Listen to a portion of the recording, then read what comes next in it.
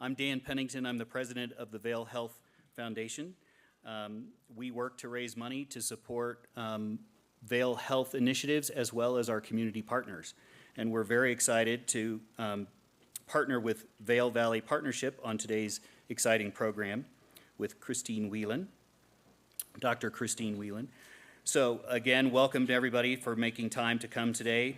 Before we get started, I'd like to say thank you to Chris Romer and his team at the Vail Valley Partnership for promoting and partnering with us on this impactful topic that Christine will cover today. I would also like to thank Pat and Tony McMunn for their generous sponsorship of this afternoon's program and also their partnership and sponsorship of the Learning Lab series that we undertake. This event is our fifth in the Innovations in Health Learning Lab. Some of you may have attended other sessions before. Today, you'll experience an engaging talk on how living with purpose positively impacts our mental and our physical health. Vail Health Behavioral Health Innovation Center, or BHICK for short, is collaborating with researchers at the University of Wisconsin, Emory University, University of California, San Francisco, and of course our own local Stedman Philippon Research Institute on initial studies focusing on basic science and preclinical investigations, which Dr. Raison will touch on in a few moments.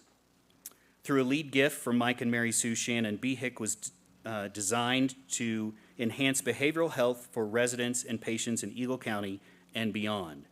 Vail Health is committed to making BHICK a world-class institution for behavioral health research, and in turn, then, a destination for treatment and education. I hope you find today's interactive conversation informative and inspiring. Please note that we will have a little bit of light refreshments after the presentation. And now I'd like to introduce Dr. Chuck Raison, who is BHICK's director and lead investigator. All right, thank you, Dan.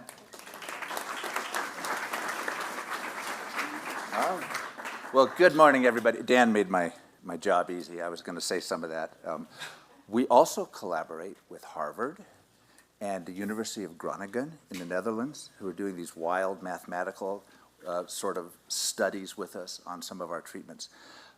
So yes, we really, let me say a couple words about BHICK. So BHICK started a couple of years ago, and it was really, as he said, started by a gift from Mike and Mary Sue Shannon. And Mike called me up. If you know Mike, he doesn't tend to small talk that way. He called me up at like 10:30 at night and said, can you do for research what they are doing for clinical mental health care in Vail? Because it's astounding. You know, we're talking about BHICK today, but the larger Vail behavioral health, you know, I think we are now the largest mental health provider in the Mountain West. I think that's probably right, Chris. If not, we're very, very close to it, right? So there's astounding things going on in mental health here. And I said to Mike, yes, we can do that. And I can do that because I will come here, but I will also bring all these world experts I know with me to come here and work with us in this valley because, you know, universities are like watching a glacier melt. You know, when I try to do something in university, it's years to move a pen. I just, if you've ever worked in, you know what I'm talking about. Whereas here, there's this incredible sort of can-do, very rapid sort of spirit of things, which allows us to very quickly do things that there is no way that I could do at any one of my sort of university posts. But at the same time, we're able to bring all that world expertise here to work with us. So what are we doing? The goal of BHICK is to say, you know, we know that it's extremely, thank God we have the treatments we do, but they're not enough. They don't help everybody enough. The medications, the therapy, we have to find new ways to help people that are struggling with anxiety, depression, trauma, substance abuse. So where are you going to turn? And one of the sad failures of psychiatry and mental health research is that very high-tech things like needles in the brain and gene transfer have not worked very well. That's why we're still giving people drugs that basically were discovered 40, 50 years ago. So we've taken a different approach here, which is let's identify interventions that are already available, that have scientific evidence that they work, and many of which are actually quite ancient.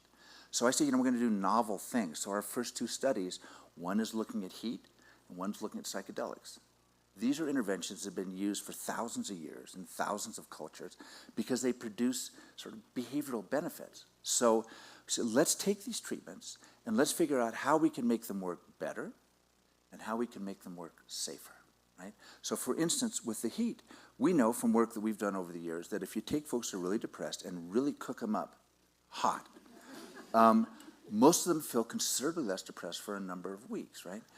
But what we don't know is, would it work better if you then tossed them into a cold plunge afterwards, right? Because you think about how sauna is used, this is how it works, right? But nobody ever studied that. So, we take folks that are very depressed here in Edwards and surrounding areas, and we randomize them all to get really heat, so they get highly cooked, and then half of them just stay cooked and half of them get tossed into the cold plunge, right? And so we'll be able to answer this question. It's so obvious because, if tossing people, Chris and these guys are insane about cold plunges, if they're right, that will be a benefit, right? If they're not right, like I'm scared of cold plunges, right? Then you don't have to do it, right? So it's a win-win kind of situation, right? So that's our first study. And our second study is this very large study of psychedelics to figure out, can we make it work better so that it doesn't just become another drug that you have to take one of these very powerful agents over and over again? Can we make it work better and longer? And can we figure out how to make it work safer? And that study, again, we have researchers from all around the world joining us. And it's not just researchers. We've had people, we've only been doing this for like a few weeks. We've already had 100 people try to get into the study from Iowa, from Atlanta, from Ohio, people willing to fly in from all around the United States. So, Dan is being modest. I think we already have a world-class behavioral research center here, which is just very, very inspiring and incredible. So thank you. It's philanthropically supported. And whatever you think about your politics, one thing is clear. Government support for biomedical research is tanking. So the fact that we are able to survive with philanthropic support opens up these really interesting opportunities until things sort of normalize again. Okay, so that's BHICK. So why purpose? Well, we think about psychedelics. When they work, and when we administer them in these very careful medical contexts, when they work, what they do for people very often is make them realize, oh my God, I have purpose and meaning in my life that I did not understand. I was just sort of going along, and I never realized I'm part of something larger, that my life, in fact, has all sorts of meaning and purpose that I didn't realize. And when people recognize that, it often pops them out of their depression or their anxiety, because one of the tragic things about depression is it so often robs people of their sense of purpose in life. They feel this sort of flat emptiness. And if you've ever been depressed, you know what I'm talking about, right? So purpose and meaning are just utterly essential. They're one of the bedrocks to what we're doing here, hence the lecture. So let me very quickly introduce Christine Whelan. She has a very interesting, she went to Princeton. She was the editor of the Daily Princetonian, which, especially in those years, was a big deal. It was quite a thing. She won a very, very prestigious Sachs scholarship to Oxford, where she got a Ph.D. in economic and social history, but she studies self-help. Has taught at a number of universities, has written 5 books. You can actually see her this month on American Airlines. So if you're flying, check out her Audible. She's got an Audible book on purpose. I'm bragging on her. She is known at UW as where she taught for a number of years as the happiness professor, and also works with us down at Emory, where they call her the purpose professor. Those two things are linked. Interesting, if you walk around Madison with her, she's kind of a celebrity, because she's taught thousands of students and influenced them so profoundly. Routinely gets emails, you've changed my life, you've changed my life. I don't get those emails, it bothers me. But I have a personal connection with her. Maybe she can explain that to you. But anyway, so she's quite a legend in Madison, and so we're very fortunate to have her today. And so Christine, I've gone 1 minute and 38 seconds too long. I will turn it over to you.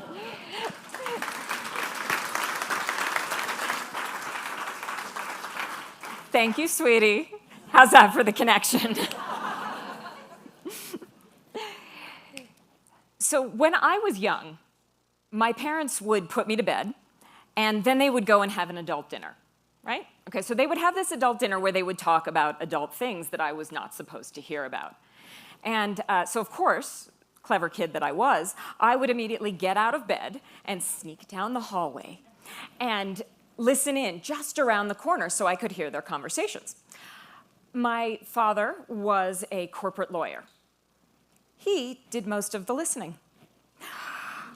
My mother, well, she was a force to be reckoned with. She was one of the first female graduates of the Harvard School of Public Health. She had written 27 books by the end of her career. She was on TV all the time. She would call herself kind of a C-list celebrity. That was how she described herself. But she, of course, did most of the talking. So one evening, I overheard their conversation, and I never forgot it, even though I was really young, because my mother said, the man said that my obituary was right over there in that file cabinet. And my father said, are you kidding me? What did you do next?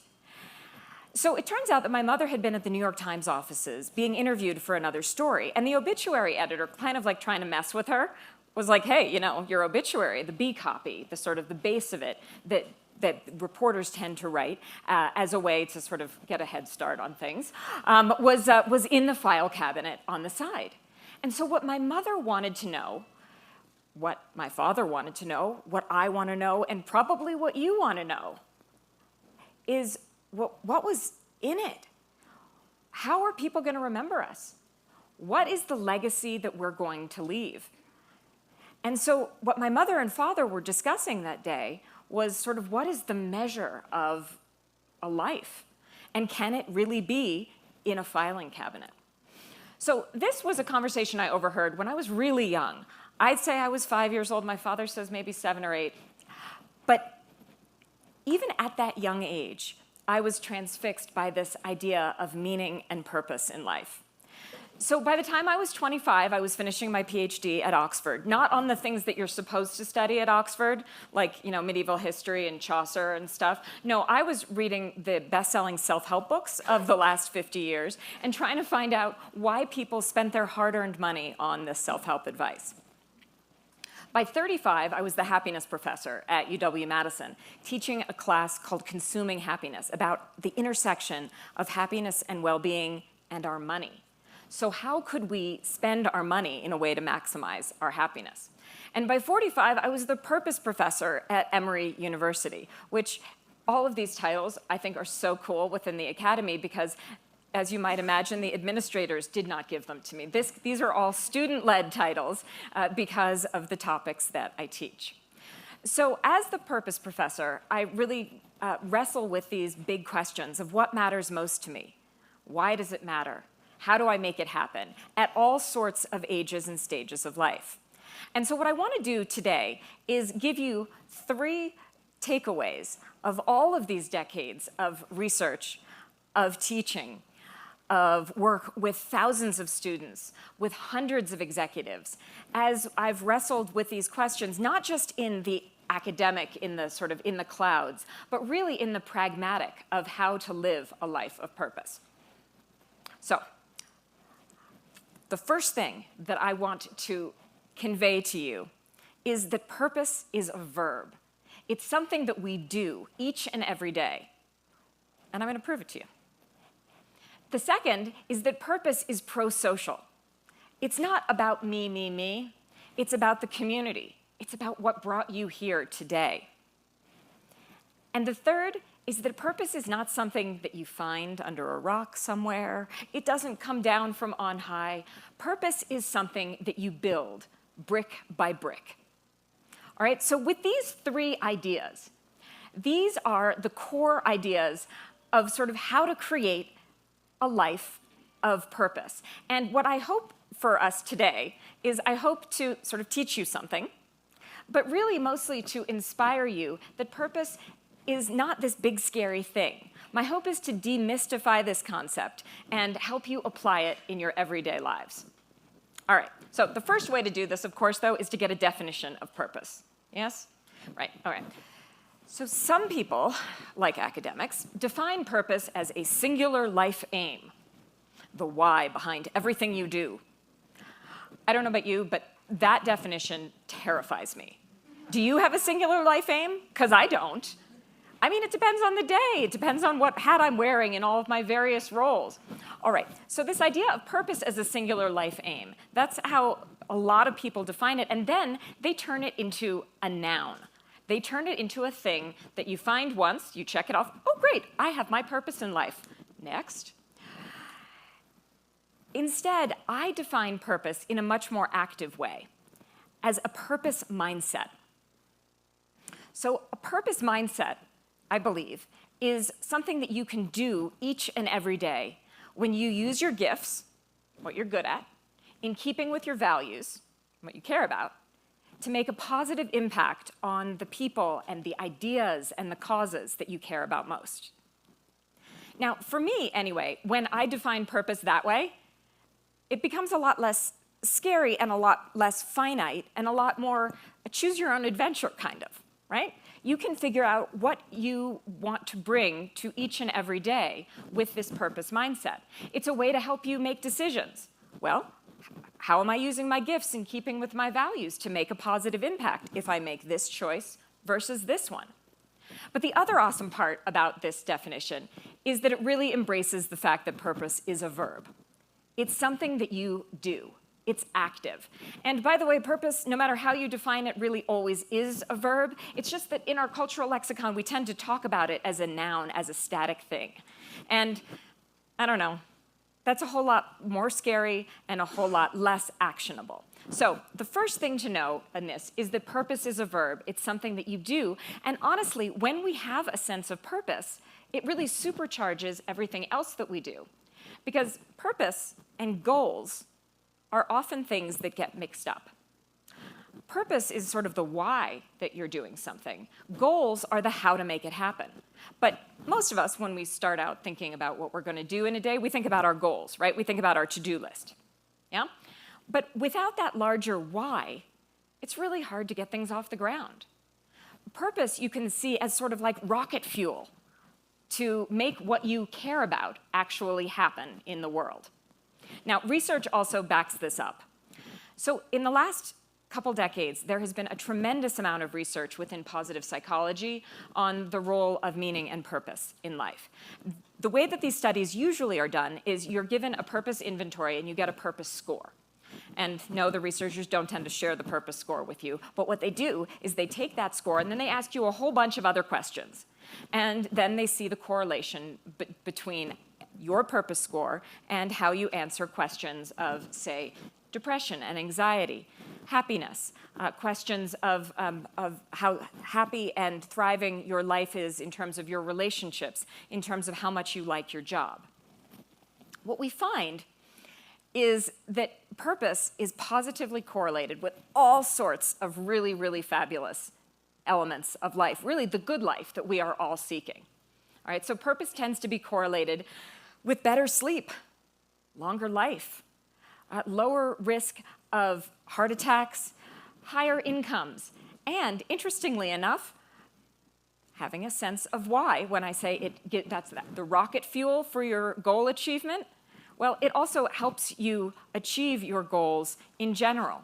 So there are studies on purpose and goals for college students. There are studies in purpose and goals and sense of meaning for folks in retirement and beyond.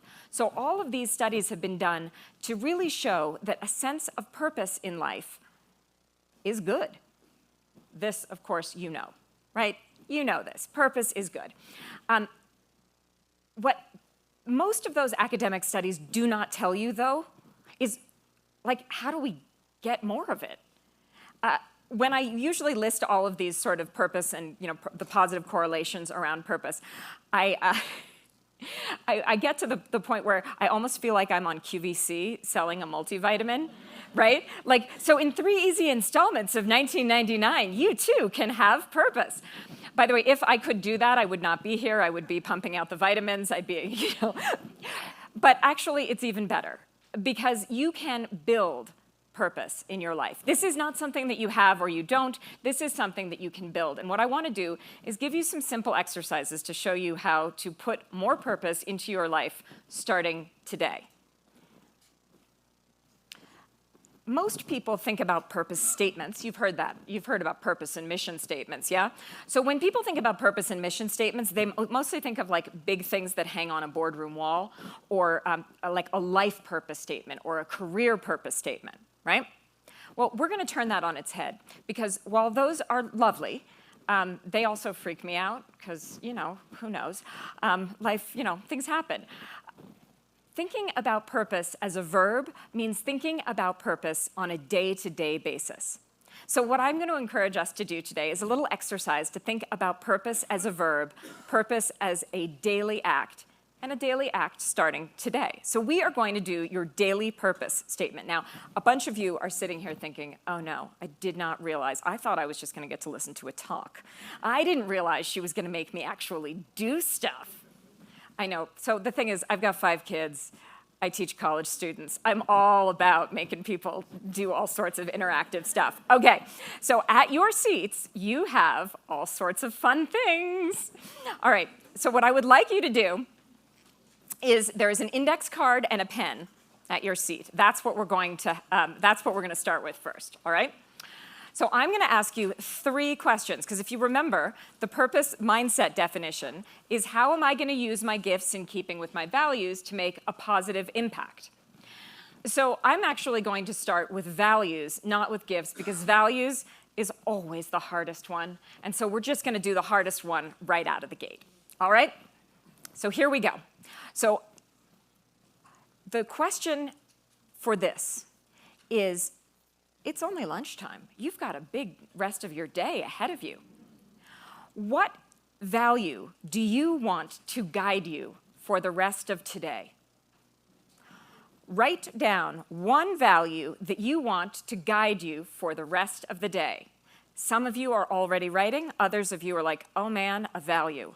What is a value? And by the way, that is absolutely a valid question. On the next slide, I am going to show you a list of Schwartz's universal values. Because even though values underpin all the choices that we make in our life, we don't tend to think about them very often. And we get kind of confused on shoulds versus values, right? What should I be doing today versus what do I actually value that I want to put my energy and gifts towards? All right, so if you are the kind of person that would like some guidance, I'm going to put up another slide. If you are the kind of person, like me, who is going to say, oh my gosh, all those values look awesome. I'll take all of them. How can I choose? Then, I don't know, like look down at your paper or something. Because this is Schwartz's universal values list. This comes from worldwide research. I know there are a lot of them. This is not even the complete list. This is all of them that I could put on one slide at a legible font. So what Shalom Schwartz did was he went around the world to try to do surveys to figure out these core values that all people share. And as I always look at this list, a couple things hit me. First of all, I like them all. They, depending on the day, they seem like they could be all kind of good. There's a challenge with that, which is you can't prioritize all of these values all the time. Some of them collide with each other. You have to make choices. And in fact, since we're just thinking about it today, you certainly can't prioritize them all today. I mean, sundown's late and all, but, pick one. Pick one value that you would like to guide you today. There's one other thing that's kind of interesting about this list, as you're looking at it, is something that's not on here. The word happiness is not on this list. And there's a reason for that. Because happiness is not a value. Happiness is a byproduct of living your values. That's right, you knew the answer. You could see that one coming. So I'll say it again, happiness is not a value. It's a byproduct of living your values. So choose one value for today. There's no wrong answers. That's the cool part. You can also do this tomorrow and choose another value. All right, next question. You all have superpowers. You all have strengths. You all have things that you are good at. But I'd like you to think about something that you are both good at and enjoy doing. What is something that you are good at and enjoy doing that you would like to prioritize today? I also have a list on the next page if you need help. But if you really think about it in terms of your the gifts that give you energy, the want to, not the have to. I'm pretty good at doing the dishes, but I'm not going to put that on my strengths for the day. Okay? So I'm going to put up a list, and this list comes from my friend and colleague, Richard Leiter, who is sort of known as one of the kings of purpose. He's been writing and talking about purpose. Oh, I see some heads nodding. Some of you know him as well. And he actually has long ties with the Vail Valley as well.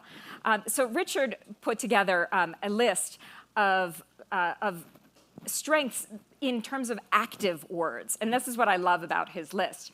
So you can think about, if purpose is a verb, it's something you do, it's active. Think about an active strength that you might want to put into action today. Just one of them. And by the way, this is obviously not a list of all of the possible strengths that you might have and put down today. So just use it as a guide. All right, so you have one value and you have one strength just for today. All right, you ready to go to the third and final piece of this puzzle? Who do you want to positively impact? Who do you want to help, to support, to make a difference with and for? Who do you care about today? And the reason why this impact element is so important is because of the second point. Purpose, by its very nature, is pro-social. Often when we think about purpose in a modern way, we think about it in a kind of a self-helpy, solipsistic, inward focus, like, I need to be happy, I need to be fulfilled. And yes, that is part of it. Part of it is about our own sense of fulfillment. But to find that sense of fulfillment and that sense of happiness and thriving and well-being really comes from pro-social behavior, from community. Now, one misconception about pro-social behavior is that you can't have fun while doing it, right? That it has to be self-sacrificial. It has to be focused always on somebody else and not me. No, pro-social behavior is taking a friend out to coffee or a drink. Pro-social behavior is holding the door open in an elevator and chatting with somebody, or letting somebody go ahead of you in the traffic circle, which I think several of you may have done for me yesterday. I kept going around and around and around. Anyway, but there's lots of research on pro-social behavior and happiness. Because when we do things with and for others, we tend to be happier. I mean, I think that's a big reason why you are all here today on this beautiful day, to come together in community. And this is something that I have learned about the Vail Valley. The community is so strong, and it is that sense of other and the community that makes you happy to be here. So, we have another fun interactive exercise now. Okay, you thought that pen was just for writing. Oh no. I am going to tell you about a very serious research study. This is actual research. All right, here's the way the research study was done. The idea was to sort of think about the impact of happiness and how you can make yourself happier. And but half the people in the research study were given a pen or a pencil, and they were told to put it in between their teeth, like so. Yeah? Okay, now, it's very important that they put it between their teeth, not their lips. Because if you put it between your lips, you frown. You don't want to frown. You have to put it between your teeth. All right, so are you ready to play along? Oh, yeah, you are. Oh, yeah, you are. All right, so please, they're brand new pens, I promise. I saw them all taken out of the box. Please, take your Sharpie, like so, and put it between your teeth. Aha! Oh, you look lovely. You look so lovely. Okay, now, here is a cartoon. It's not a particularly funny cartoon, but you may find it a little bit funnier, according to the research. Why? Because you were forcing a Duchenne smile. You were forcing a smile, all right? Now, I want you to do one more thing, though. If you've taken the pen out from between your teeth, please put it back in. Now, look around at each other. I want you all to see each other. Yeah, look around at each other. Very good. Excellent. All right. Did you notice something? Which laugh was bigger?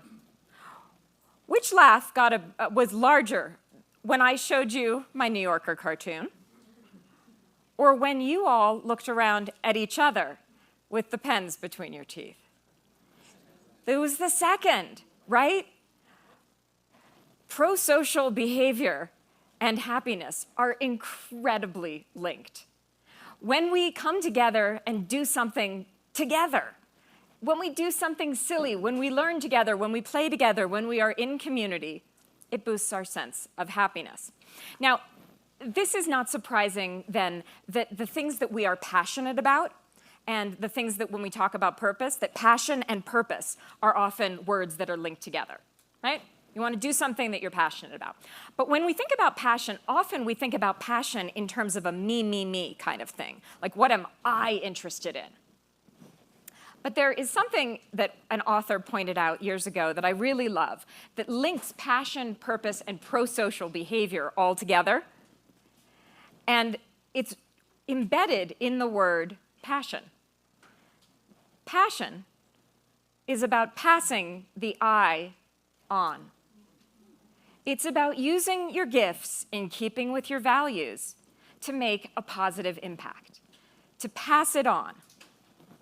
Now, if you notice that the I in passion, it's not uppercase, right? Because it is really about giving of yourself, not proving you're awesome, but giving of yourself. And that's what I love about the pro-social nature of purpose. It's also a great way, as we showed, to boost your sense of well-being. So again, when I talk about purpose being pro-social, it's not totally selfless. It's in fact the best kind of selfish altruism, where you also become happier along the way. There was a story, a sort of parable, about a teacher who wanted to teach this to her students. And this is what she did. She brought her students into the classroom, and she handed them all balloons and Sharpie markers like you have, right? And she said, okay, write your name on the balloon, and then we're going to go out into the hallway. So all the kids with their names on the balloons go out into the hallways. And she says, now throw your balloon down into the hallway. All the kids love throwing things, right? So they threw the balloon. They all got mixed up. And she said, now you have 30 seconds. Go find your balloon. Well, these kids are elbowing each other out of the way, trying to find their balloons. And at the end of 30 seconds, nobody has their balloon. The teacher says, okay, stop exactly where you are. Now, grab the balloon closest to you and see whose name is on it. So the kids do. And he said, now, you have less than 30 seconds. Go. Return that balloon to the person whose name is on it. And in no time flat, all the kids had their balloons back. And the teacher said, you know, these balloons are just like happiness. When you're only trying to find your own, it's very difficult. But when you are helping others, not only do you help them find their happiness, but you get your happiness in return as well. All right, you have your value, you have your gift, and hopefully you have a person, a group, an idea, a cause that you want to positively impact, right? So you have those three things. Good, because we are going to play Mad Libs. You thought that was all behind you, but I can tell you one very sad fact is my college students increasingly do not know what Mad Libs are. So it is very important for those of us who know to continue to pass this along to future generations, folks. All right, so here's what I'd like you to do on the other side of your index card. Put it all together in a sentence. Because I value, and you put in your value, today I will use my gift to positively impact the lives of, or the community of, or the idea of, and then put in your impact group. Because I value, today I will use my gift to positively impact, and you fill in the blanks. Now, I'm going to show you mine as you work on yours. For today, because I value relationships, today I'm going to use my gift for translating research into action to positively impact, hopefully, the lives of the Vail Valley community. Now, what's cool about this exercise is, yes, it is very simple, but it's deceptively simple. Because if 10 minutes ago I had said, I've left an index card on your chairs and I'd like you to write out your purpose statement for today, odds are it would still be blank. But by taking a daunting concept and breaking it into a small step here and there, you can really turn it into a pleasurable exploration of possibilities. And that's the whole point of this exercise. Now, when you have this statement, you should really congratulate yourselves because you have done something very powerful. This is the first step toward a more purposeful day. And as you can see, you don't necessarily even have to write it out every day. I kind of do this in my head as I'm getting ready in the morning to think about the gifts that I want to bring, the values that I want to guide me, who is the focus of my day. It's a very simple yet very powerful exercise. And yet, this is where most people would sort of wrap it up and say, okay, well, go forth and have a good life of purpose. Good luck to y'all. There's a problem. There are two problems, actually. The first is that all sorts of emotions come along for the ride when you start a little purpose exercise like this. Oh, I don't know, procrastination, perfectionism, imposter syndrome. I mean, you name it. I mean, you can list all sorts of them, right? All of these big feelings come up when we start talking about purpose. Now, the cool part is that if you can say, no, I am going to put purpose into action in a small daily step, you basically can, Pac-Man munch those up. It's not like those fears and anxieties are ever really going anywhere, but you can say, you know what, no, I'm going to take purposeful action today. Most of the time, though, when we think about purpose, we think about something far in advance. Not what are you going to, what are you going to do, 10 years from now, when I reach some particular milestone, when I retire, when I have this amount of money, all of these sorts of things. It's a later game, right? So that's the second real challenge with putting purpose into action, that we can actually kind of override right here and right now. Because instead of asking you, what are you going to do in general, I'm going to ask you, what are you going to do today? You've made a purpose statement for today. But now I want you to think about what you are going to actually do to put it into action. This is where everyone squirms a little bit, right? Because thinking about things in the abstract is one thing, but thinking about things in terms of action is actually where the work and the empowerment really comes in. What are you going to do today to build that life of purpose? What purpose-based commitment or purpose-based possibility do you want to explore? All right, so as we think about this, I want to tell you another little parable that's one of my favorite parables around purpose, because it's a very common one, especially in the job crafting and job search literature. And it is the parable of a traveler who comes across three men laying bricks. Any of you heard this one? So he asks the first man, what are you doing? The first man says, I'm putting one brick on top of the other. And that's totally true. Second guy says, I'm building a wall. That's also totally true. And then he says to the third guy, what are you doing? The third guy says, I'm building a cathedral. And that's true as well. And so the classic way that this parable is told is that we all should be the third guy, right? We all want to be the third guy. We all want to build the cathedral, see the bigger possibilities. And absolutely, that is true. But something in all of my years of studying purpose always nagged me, bugged me about this. And what bugged me was, how is a cathedral built? Brick by brick. And so much of the purpose literature focuses only on the end product, on the end result. But how can we give ourselves credit for the daily acts of purpose? To keep going and build that cathedral, we need to think about what we are doing on a daily basis and give ourselves some props for doing it. Because have any of you done any bricklaying? Yeah, guys, a couple people. Okay, then have any of you chased around a toddler for more than 3 hours? Yeah, okay, all right. Both of those acts are not glamorous. They're not easy, but they are purposeful. They are daily, purposeful things that we might do. And all too often in our lives, we go through our lives doing all this good stuff and not understanding that we are, in fact, building cathedrals of purpose. And when we don't understand that and we don't pull that front and center, we don't give ourselves the credit that we deserve for the good things that we are already doing. So this leads to our last little exercise here.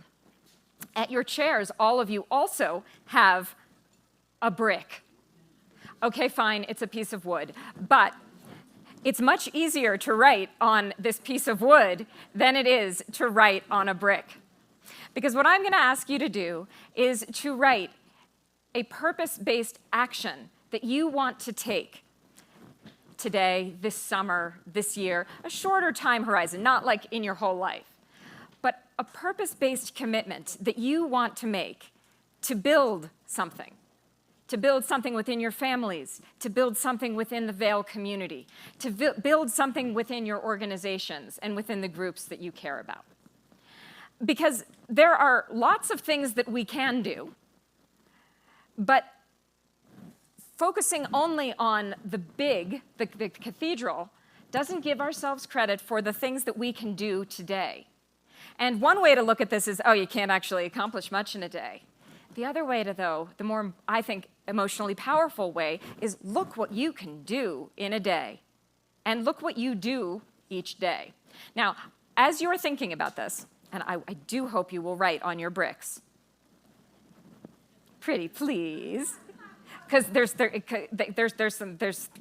payoff for writing on the bricks. Okay, so so as you're thinking about the purpose action that you want to write on your bricks, I want to tell you another sort of funny story, which you can half pay attention to while you're thinking about your brick, or you can listen to my funny story.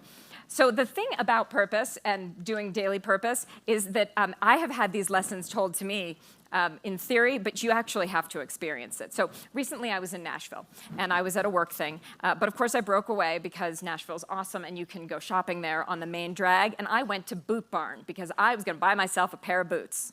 Yeah? All right, so I try on tons of pairs. Everyone's really nice about it.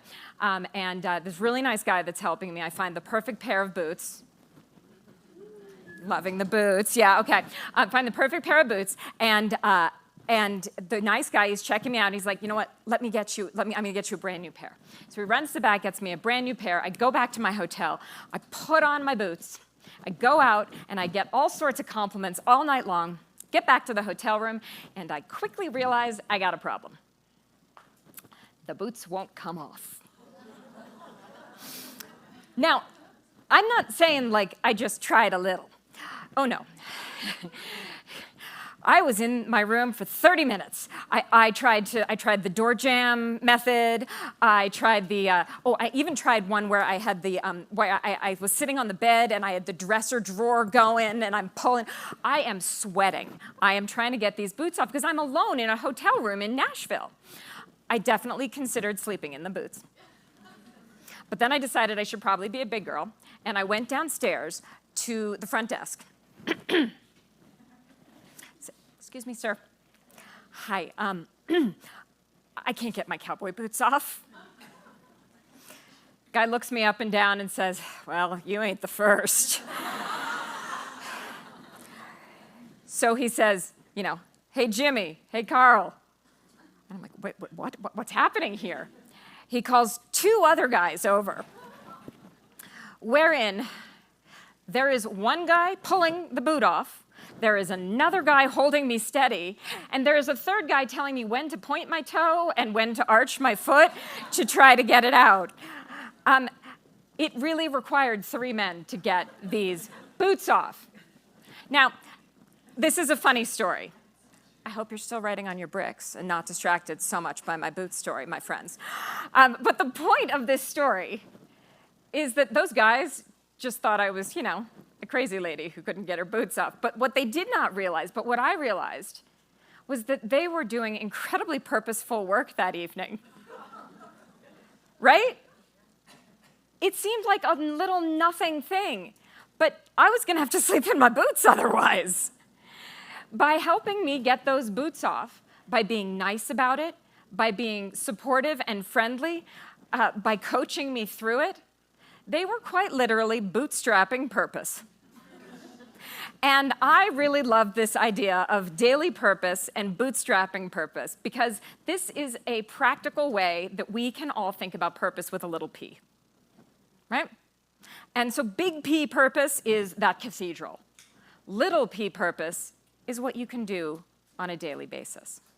And so I am hoping that you are writing on your bricks. Pretty, please. A purpose-based commitment. Something that it doesn't have to be huge. That's the thing about it. Remember, it's brick by brick. So it can be a small action where you want to use your gifts in keeping with your values to make an impact. Some small action. You write that down on your brick. Yeah? You guys got something on your bricks? Yeah? Okay. Because I want to do 2 more things with these bricks. The first thing that I would like to do is take a selfie of all of y'all holding up your bricks to visually show in the room the power of everybody holding up a brick and making and living purpose on a daily basis. And then at the end, my hope, we have a table in the back. And I thought if you guys brought your bricks to the back table there, you could quite literally build your own cathedral of purpose in the Vail Valley with these purpose-based commitments. See what I'm doing there? Yeah? Okay. All right. Are we ready? Are we ready? Oh, wait, here, I even have a little slide for this. Are you guys excited? I'm so excited. I've never done this before. Okay, this is so great. Okay. I'm going to turn this around. All right, here we go. 3, 2, 1, purpose. Awesome. Yay, thank you. Oh, how fun. Okay, that was super fun for me. I hope that was fun for you, but it was super fun for me. All right, so I'm going to wrap up here because I know that there are many more exciting things and you have lunch and food to be had. So purpose is a verb. It's something that you can do every day when you use your gifts in keeping with your values. Purpose is pro-social. It's about making a positive impact on the people and the ideas that you care about most. And purpose is something that we can build brick by brick, that you are already building brick by brick in this amazing community. So I began with my mom, and so I should really finish the story, right? So my mom, when my mom passed away, she in fact did get her New York Times obit. It was a half page above the fold. It was very exciting. My father says that my mom had many copies printed out and taped one to her dorm room in heaven so all the other angels could know that she was kind of a big deal. But for me, the real sort of importance of that was that it began me thinking from a really young age about what is a life of meaning? What is a life of significance? And when I was younger, I really thought that that was going to be in an obituary, right? That was going to be the thing, all of the accomplishments and things in an obituary. And yes, it is incredibly important to leave a legacy. But what I have come to learn is that really it's about living our legacy as well. So you live a legacy in daily purpose. You live a legacy by building brick by brick within a community. And all of you are really building. You are all builders of purpose. And so I am really honored to have done this exercise with you and to see where this might go within the Vail Valley community. Thank you so much, and I look forward to building purpose brick by brick with you.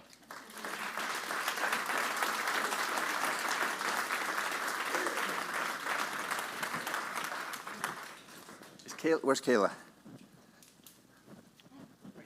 Kayla, hello. There we go. Kayla Bettis.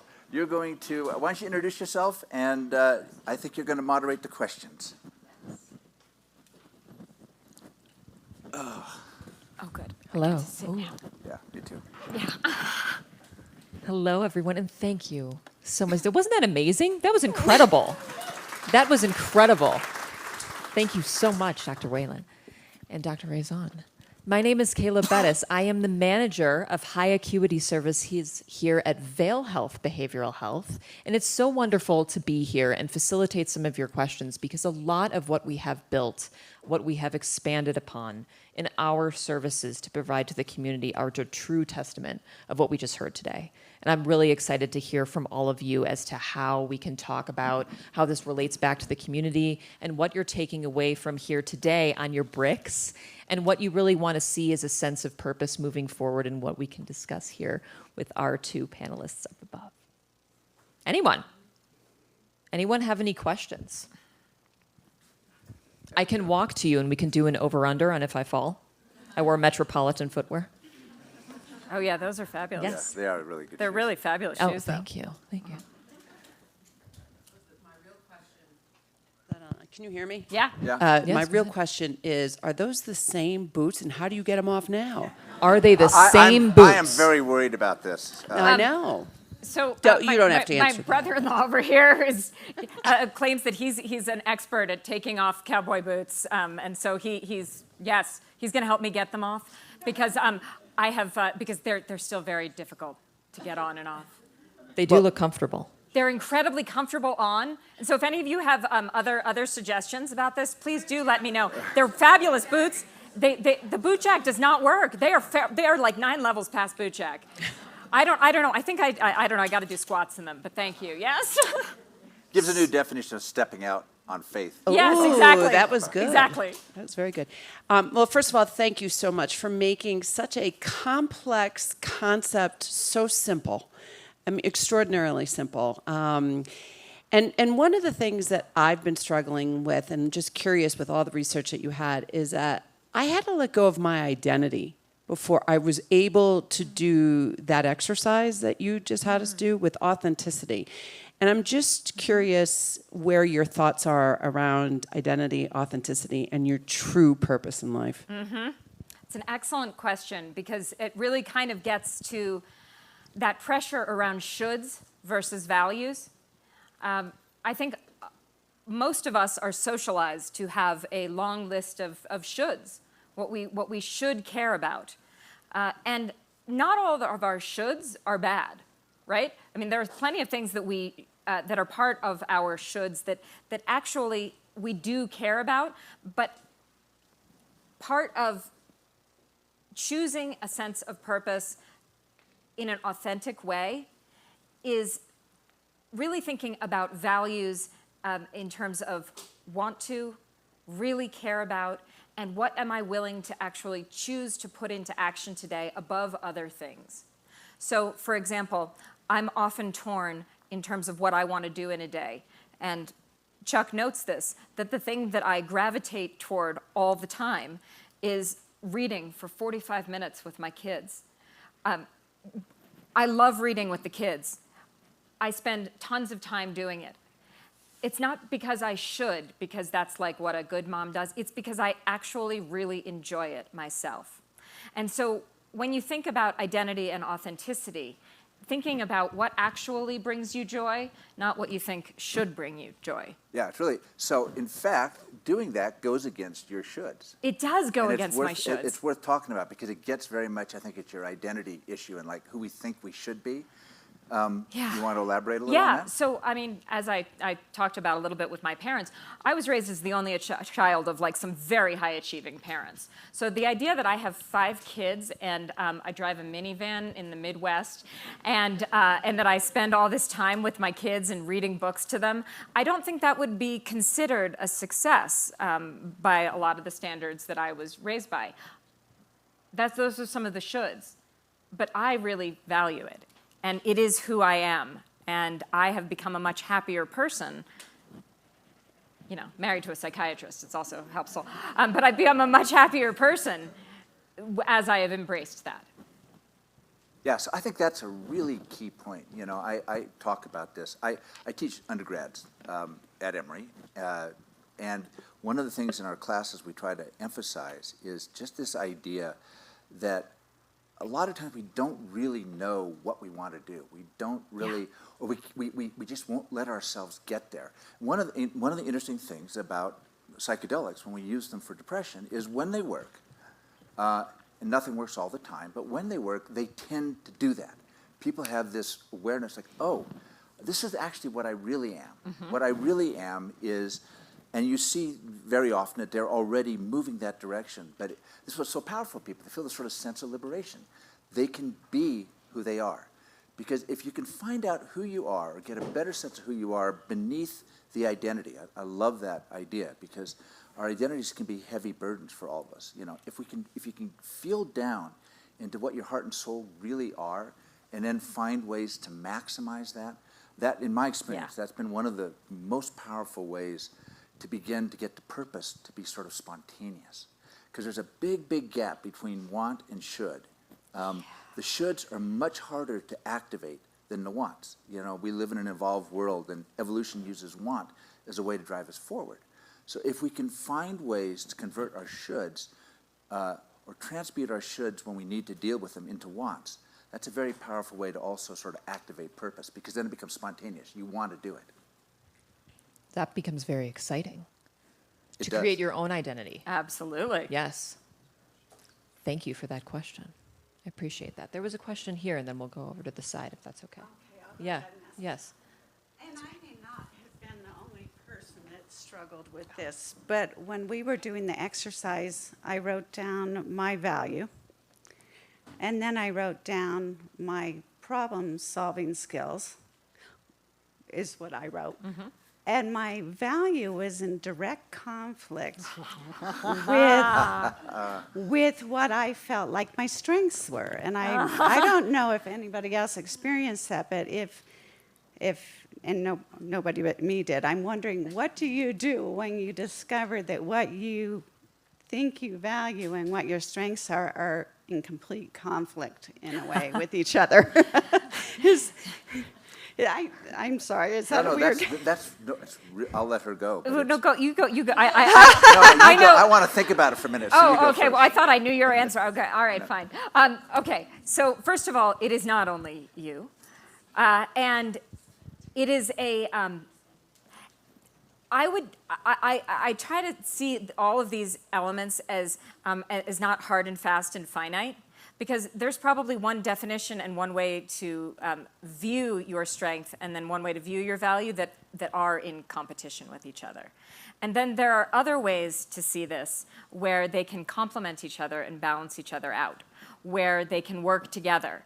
Often, I'm trying to think of an example. So I love reading and spending time with the kids.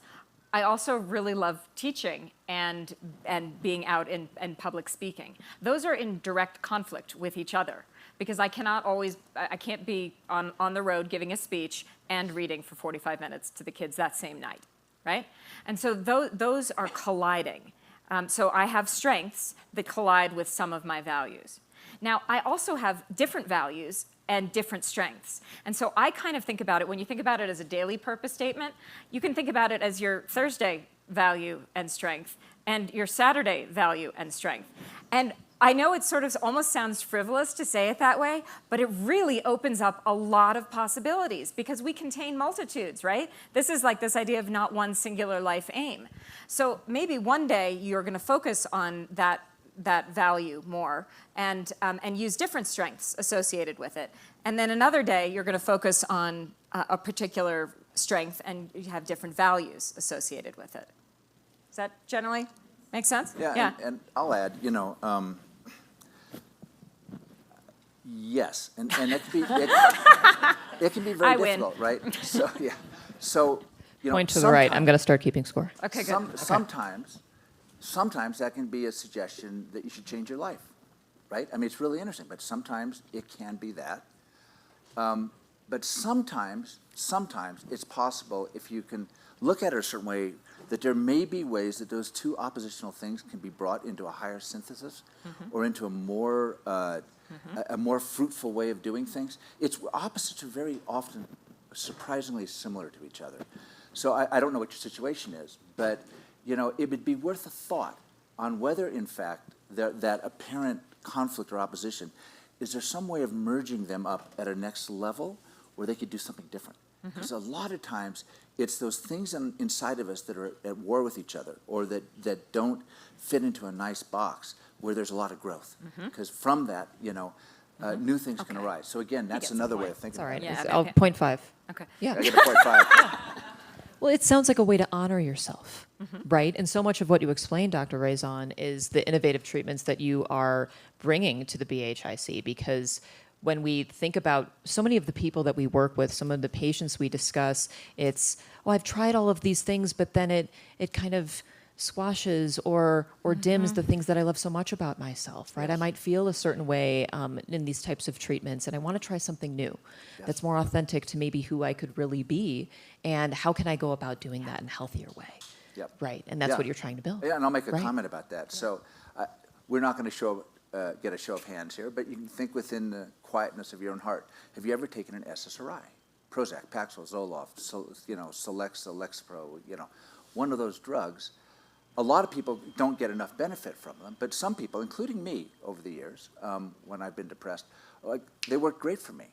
But they had this weird effect that they dampened down the intensity of life.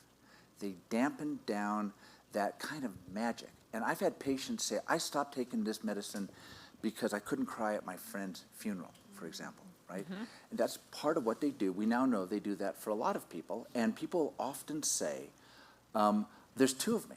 There's me when I'm not taking the Prozac, Paxil, Zoloft drug, and then there's me when I'm on it. This me, not on the drug, is anxious and depressed, and that's a real problem. This me, I'm a lot less anxious, I'm a lot less depressed, but I'm flatter. I'm deader. I had a buddy say that his sister went on one, and he missed the depth that had sort of vanished, right? So another way of thinking about these treatments that we're doing in the Behavioral Health Innovation Center is finding ways to help people deal with anxiety, depression, these sorts of things, and that do not do that, right? So I can guarantee you that, if people come to a study and we cook them up very, very hot, they come out of there, they do not feel deadened. They feel hot, but they don't feel deadened, And one of the fascinating things about psychedelics, when they're administered in this sort of very careful medical context, is people can be profoundly transformed by that experience, but they don't feel like a different person. It feels like it's part of them. They feel inspired. They recognize that it's still them. And this is one of the, Kayla, you are so right, that one of the challenges with the medicinal agents, that thank God we have them, but one of their vulnerability and weaknesses is they make people feel not like themselves. And they often cause people's sense of purpose to sort of blunt. Absolutely. And how can we get to a place where we can do both and honor both, right? Next question. So you talk about purpose being pro-social, but we know a growing problem with a lot of our society is isolation. Yes. What do you say to those who have a hard time finding the who they want that impact of their purpose? Oh, well said. Oh, well said. That's a great question. Okay, so if you didn't hear the question, it's about pro-social behavior.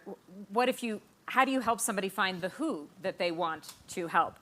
Well, first of all, isolation is a huge issue. It's a huge issue, especially among younger people right now. And because it's easier to deal with a screen than it is to deal with a messy relationship with another human being. So there's isolation on just a sort of a social level. But then there's the idea of, what if I haven't found the who that I want to help? I haven't sort of found the group that I'm passionate about, the cause that I'm passionate about. That's sort of different than social isolation. That's more of like a, how do I find where I really click? Because one of the things about purpose is that my purpose and your purpose can be totally different, right? And just because you don't resonate with my purpose doesn't make it any less purposeful for me, right? It's a very individual thing.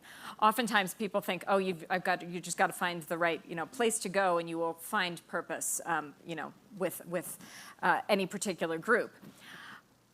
My advice on that, my guidance on that, is my guidance on just about everything, which is to go out with people, join things, and try things out. I recently gave the commencement address at the University of Wisconsin Medical School for their Ph.D. and doctoral students.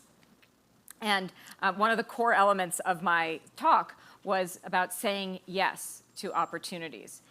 And I really believe saying yes to opportunities, saying yes to invitations to go try something and do something, getting outside your comfort zone, testing it out, going to various different events and seeing whether you like it. No commitment needed, right? Checking things out.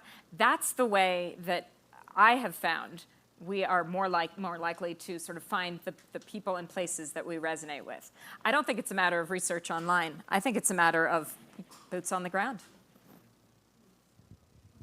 Very much so. Agreed. And we have several community members in this room that do this very thing, pro-social events, nonprofit organizations, that just because you don't feel like you align or maybe identify with the purpose or mission of that organization, they want everyone to come. They want to spread their word. They want to spread their community. And the more people that show up for each other, it makes it look very easy to be a part of something and to spread that joy and that purpose and that need. And that's what we want to continue to do. Yes, sir. Can you hear me? Yes. Yes. All right, there it is. Yeah, my question is, I've recently been talking to my son about purpose, and I was a little bit surprised about his reaction. He felt like, one, it was very daunting, and how do you define a purpose when you have your whole life ahead of you and a lot of different directions you can go? And I thought one of his comments was very interesting. It was, well, if I have to live by purpose, then how do I live in the moment and stay present and enjoy where I am today? Mm-hmm. And I just wonder if you have any comments or suggestions, especially as it relates to younger people and how they move forward with purpose. Thank you for that question. I got into the work of purpose actually through working with young people and purpose. So I wrote a book about almost 10 years ago now called The Big Picture, A Guide to Finding Your Purpose in Life. And it was geared toward college students, toward people in their late teens through their 20s. And the reason why I wrote it was because most purpose literature was focused on folks in midlife and above. And it was sort of a looking back and telling the story of a life well lived. And I'm really passionate about daily purpose, about putting purpose into action. And so that second question that you asked about sort of how do I live in the moment and live on purpose? Well, if you define purpose as a purpose mindset, I think there's no better way to live in the moment than, am I using my gifts in keeping with my values to do something that I care about? Very much so for me, that's living in the moment. I think people think about purpose in terms of that big P purpose, that like singular life aim, and that is incredibly daunting. Also, I actually don't think particularly useful for young people in particular, because we don't know where life is going to take us. But thinking about it in terms of what am I going to do for this semester? What am I going to do for this week, for this season? What am I going to do on a smaller basis so that it's more manageable? That's that brick by brick idea of building.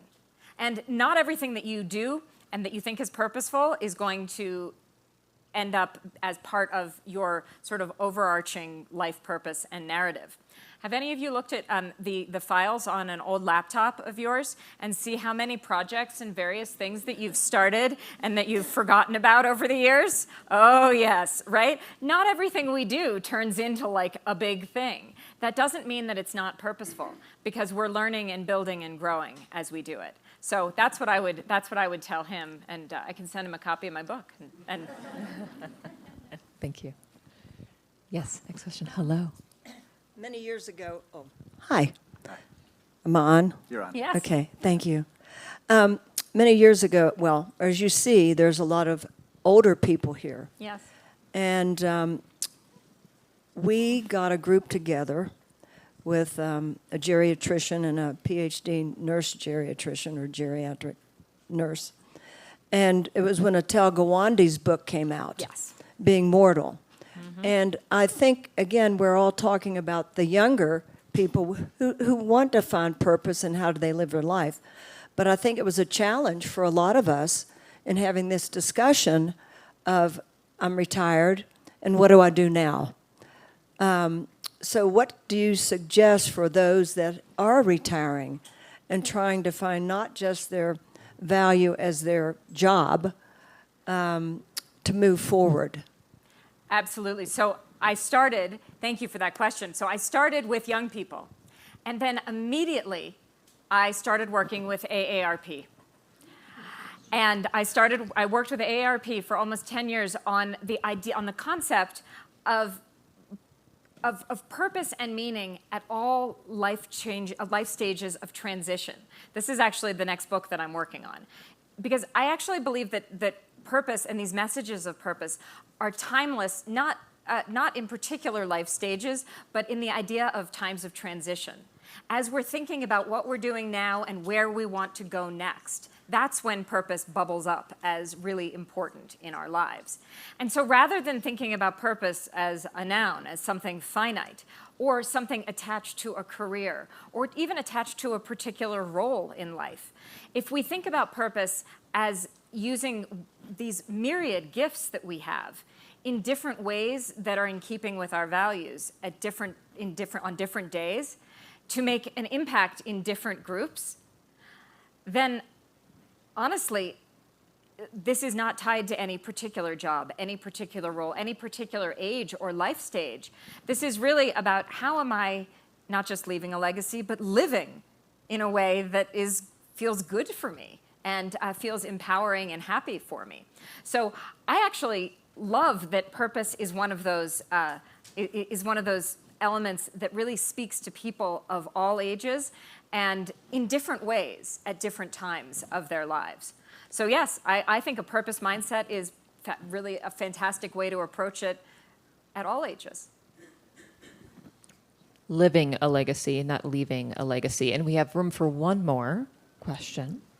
Hi, my name is Bradford. Thank you so much for your talk. It was delightful. Thank you. These questions like, how do we find purpose, are really important questions, and they're also very old questions. Yes. They're questions that poets and philosophers have been grappling with for thousands of years. The Socratic, how do you live a good life? Or the Aristotelian, what makes humans happy? And something you said in your talk echoed something Aristotle wrote in one of his treatises, and I thought that was really fascinating. And I wanted to know if you think there's a bridge to be built between humanistic studies like history, philosophy, poetry, and the natural sciences or social sciences. And is that something you've encountered in your own research or maybe in discussions Yes. with colleagues? And lastly, maybe can these books be used as vehicles for helping people find purpose, like a Jane Austen novel or a Leo Tolstoy novel that helps someone find a sense of purpose? Oh my goodness, if I could have planted this question in the audience, we should have talked before this. She planted it. Thank you for that question, because at the Emory Purpose Project, that is exactly what we are doing. So we are working to put purpose not just as something that is focused on finding your life purpose on an individual level, but to link purpose to science, the purpose of research, to the purpose of literature, to the purpose of history and looking at various people throughout history and what drove them and what was their purpose. So I make my students read parts of Nicomachean Ethics to start off with the Aristotelian ideas of eudaimonic happiness and hedonic happiness, to ground it in the fact that this really goes way back. What I love about purpose is that I know I am not reinventing the wheel in any way, but to package these ideas in language that people of the modern generation can understand, whatever the modern generation is. You know, Aquinas did it in different ways during his time as well. So making purpose approachable, demystifying it, translating it, so that then we can see it in history, in science, in the mental health work that you're doing here. All of this comes together. And yes, at the Emory Purpose Project, this is something that we're trying to do. And just to brag on us for 1 second, it's going so well that other universities are coming to us saying, hey, how can we do this at our university? And how can we get purpose more into the curriculum? So thank you. And if that's yes, thank you for that question. And interestingly, I'll just finish up. So you mentioned eudaimonia. You know, there's idea of like hedonic happiness about me. You know, that food was fantastic. Or eudaimonic happiness, which is much more around meaning and purpose, and it's got more of a pro-social element. So one of our closest, oh, sorry, Do you like my microphone? Did it kind of fade? All right, let me go again. So there's these sort of two different versions of happiness that Aristotle named eudaimonia, which is much more purpose-based. It's about a life of meaning, a life of interconnection. It's what Christine was talking about. Hedonic happiness is just like, oh, The that was food a in the good back. meal. You know, it's just pleasure. One of our closest collaborators on the psilocybin study here in Vail is this sort of famous researcher who has shown that purpose-based sense of well-being is more powerfully associated with sort of very positive anti-inflammatory immunoprotective effects, whereas more selfish, like, oh God, I want to just live for today, live for myself, is exactly the opposite. So we're literally drawing blood in our studies to look at whether or not we can see that same signal. I've done another big study with psilocybin, and we see it, where people that have this sort of explosion of meaning as a result of the treatment, 6 weeks later they have this big reduction in their inflammation. So there's a we didn't even talk biology, but there's a really fascinating biology to this that is also related to longevity and health in older age, maintenance of cognitive smarts, you know. So anyway, there really are these fascinating associations across everything you named. And it doesn't have to be one or the other. I wish you all a life of eudaimonic happiness with plenty of hedonic happiness along the way. There you go. You can have both. You can have a good blood marker and enjoy the bowl of pasta. that I do. Absolutely. Continuously. And to conclude this portion of today, it's really important to summarize with purpose and intention that a lot of what we are building here and continue to hold these events and expand upon is the notion and understanding that longevity does come in these various facets of understanding what your discovery is going to be as an individual. We are building something for human purpose, for true health and longevity and lifespan awareness that extends from your average outpatient psychiatric and therapeutic needs, which are always going to be necessary and that we encourage, because in those conversations and sessions, you can then discover, what more can I get? What more do I want? What is my identity going to be? And then I can go across the street and get my blood test and run on my treadmill and join all of our systems that we have in place to continue to innovate that discovery for ourselves. And that's what we want to continue to do here, and never end that conversation with yourself and continue those blocks. Thank you so much.